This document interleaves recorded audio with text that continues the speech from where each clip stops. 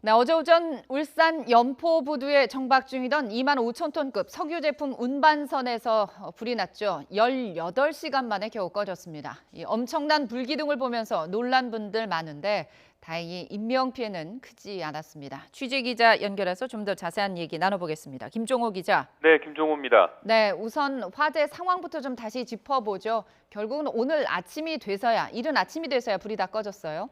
네, 그렇습니다. 소방당국은 어제 오전 10시 50분쯤 울산 방어진동 연포부두에서 시작한 선박 화재가 오늘 새벽 5시 20분쯤 완전히 잡혔다고 밝혔습니다. 18시간 반이 걸렸습니다. 진화 작업이 마무리되면서 해경은 오염물질 누출 등에 대비해 선박 주변에 오일 펜스를 이중으로 설치했습니다.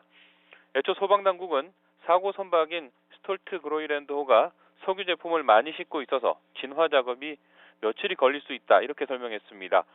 석유 제품에 따라 진화 작업 과정이 다를 수 있어 싱가포르에 있는 제조사 관계자를 불러 함께 작업해야 할 수도 있는 상황이었습니다.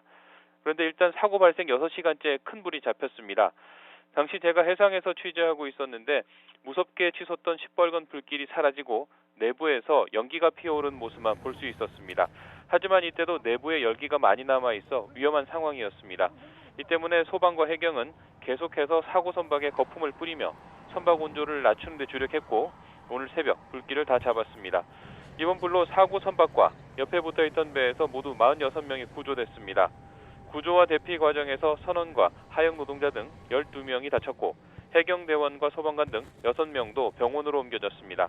현장이 상당히 위험했는데 구조와 선박 분리 작업에 투입된 해경대원들이 임무를 완수했지만 그 과정에 유독가스를 마신 겁니다.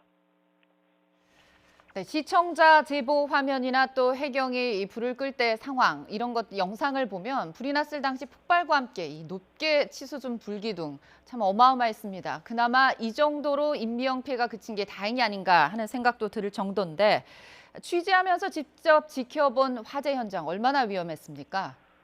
네, 제가 취재하는 과정에서 큰 폭발음을 듣기도 했고요. 거대한 금속 구조물이 무너지는 소리도 들리면서 긴장을 늦출 수 없었습니다. 소방차와 방재선에서 계속 거품을 뿌렸지만 시뻘건 불기둥은 이를 비웃기라도 하듯 더 맹렬하게 타올랐습니다. 사고 선박은 석유 제품 운반선으로 당시 제품이 2만 3천 톤가량 적재돼 있었습니다.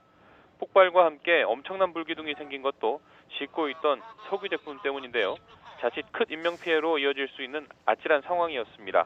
또 진화 과정에서 스틸렌, 아이소부틸, 아세테이트 등 화합물이 유출된 사실도 확인됐습니다.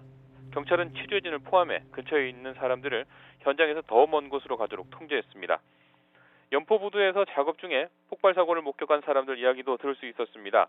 폭발과 함께 불기둥이 하늘 높이 치솟았고 다시 사방으로 번지면서 덮쳐와 상당히 두려웠다고 말했습니다.